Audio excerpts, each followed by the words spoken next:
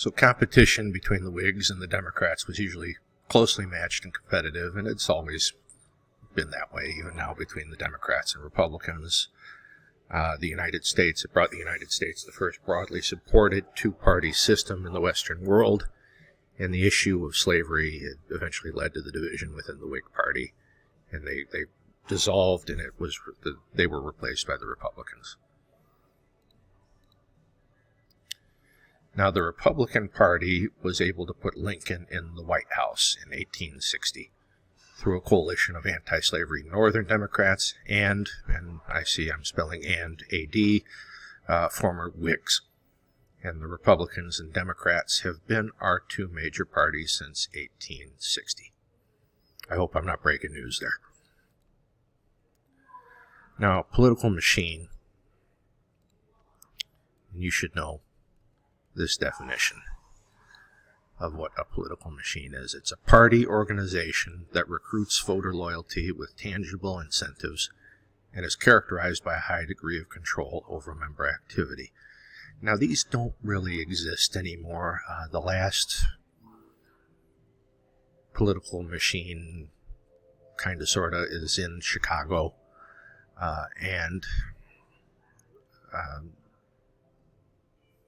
yeah, I'm comfortable saying that. The last political machine is in Chicago today. And what political machines would do would be something like this. Hey, Mr. Parker, I understand that you are broke and haven't had any money for food in a week. And I'd say, yeah, that's true. And they'd say, well, we will make sure that you eat 3 square meals a day for the duration until the election's over, if you go knock on doors and spread the good word of, let's just say, the Democratic Party candidates. And I'd say, yeah, okay. Yeah, I want to eat, so let's do that. Right? Or, hey, Mr. Parker, you lost your house. Right? I say, yeah, I did. And they'll, okay, well, we have an apartment that we're not using, and if you go talk about why Andrew Jackson's a good candidate for president, we'll let you live there rent-free. You get a high degree of control over member activity that way, right? Because what do? I want to work for the Democratic Party, and I really want to make sure that their candidates get elected, because if they get out of power, well, then I'm not eating, or I'm homeless. So for many city dwellers at the time, party and government were virtually interchangeable. A more modern-day example, I think, was in 2008, the Obama re-election campaign. If I'm remembering correctly, they were passing out cell phones. Vote for Obama, you get a cell phone.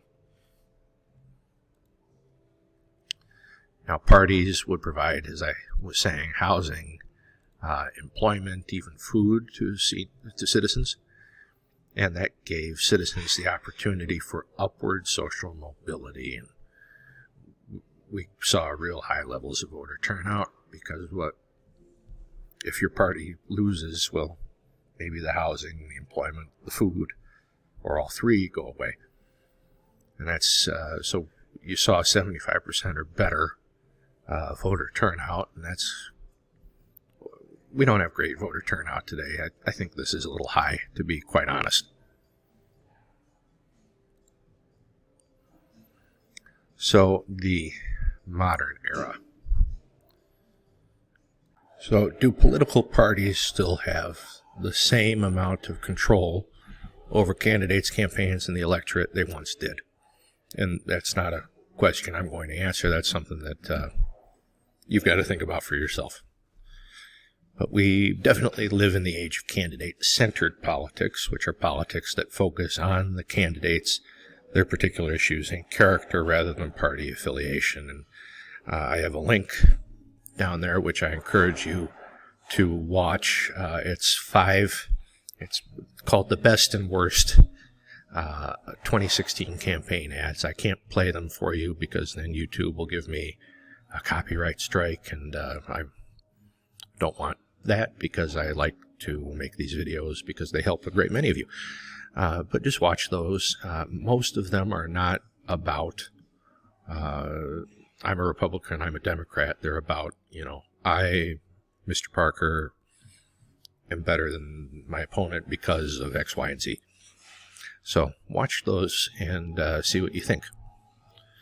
All right, so realignment, just very briefly, very basically, is, okay, the Republicans believe one thing, the Democrats believe the opposite, let's just say.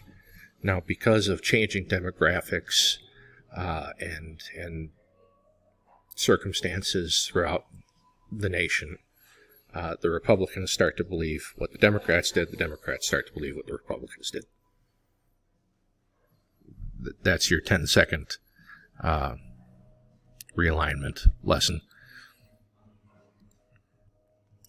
So Democrats and Republicans remain pretty well organized, and parties will engage in many of the fundraising activities necessary to run candidates for political office and provide manpower and electoral expertise to deliver voters on Election Day. So this is what a political party looks like. And again, I just want to point out, these guys, without these guys, the identifiers and the voters, this wouldn't exist. The rest of it would just simply not exist. So you have activists and voters, without which you have no party. And some of these guys get very excited. They believe in a candidate. They want to help. They become the activists and the volunteers. You work your way up to a precinct and ward committee. And this is pretty much rinse and repeat from this point. You'll have a precinct committeeman. Maybe you'll have a person in charge of a ward, which is it's just a different way of saying precinct. There are wards in like the city of Chicago. You have different political wards. And then a city and county committee, city and or county. So there might be a president of the Chicago Democratic Party and a vice chair and a secretary and so on. And you work your way up through a congressional committee, through a state, central, national committee. And at the top, you have a national chair person. But it's all rinse and repeat from once you start getting the committees. They're made up of the same people. Let me rephrase that. They're not made up of the same people, but there are the same positions. There's a chairman, a vice chairman, a secretary, a treasurer, etc., all the way up. So political parties are concerned with enacting government policies that fit their beliefs. We know that single voices are not very effective, unfortunately. If I have a problem with something, and I call Senator Durbin's office or email, is Senator Durbin going to listen to me? Probably not. He'll pay me lip service or have an intern type an email back telling me how right I am to be concerned. But are his views going to change? Is he going to introduce policy changes through bills to address my concern? No. Now, if I came in, say, with all of you that are listening, to his office and say, Senator Durbin, this needs to change. We need to, say, fix the potholes in Illinois. Well, if there are, say, 25, 50, or 100 people in his office saying that, well, yeah, there might be some federal funds coming our way to fix potholes in our state.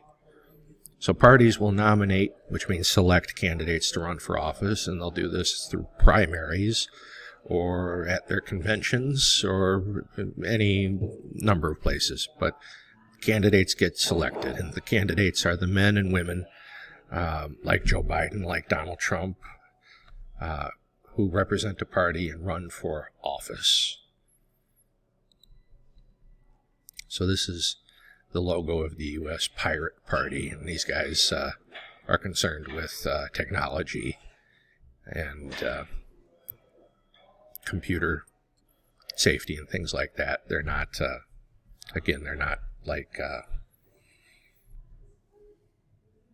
I'm blanking, but and insert your choice of famous pirate from history. So are only having two major parties a good thing? Well, that's up to you to decide. Since the mid-19th century, Republicans and Democrats have had almost equal strength. And this is basically, true. Some nations, like Italy, they have many small political parties and their governments are not very stable. This might actually be a good thing. Why? The argument is that it keeps them closer to the people. Italians might change their mind on an issue, and if they do, they can call their representatives, force a vote if they feel really strongly about it. So, small political parties, unstable governments, it might be more representative of the people. Now, we'll get to this in just a second.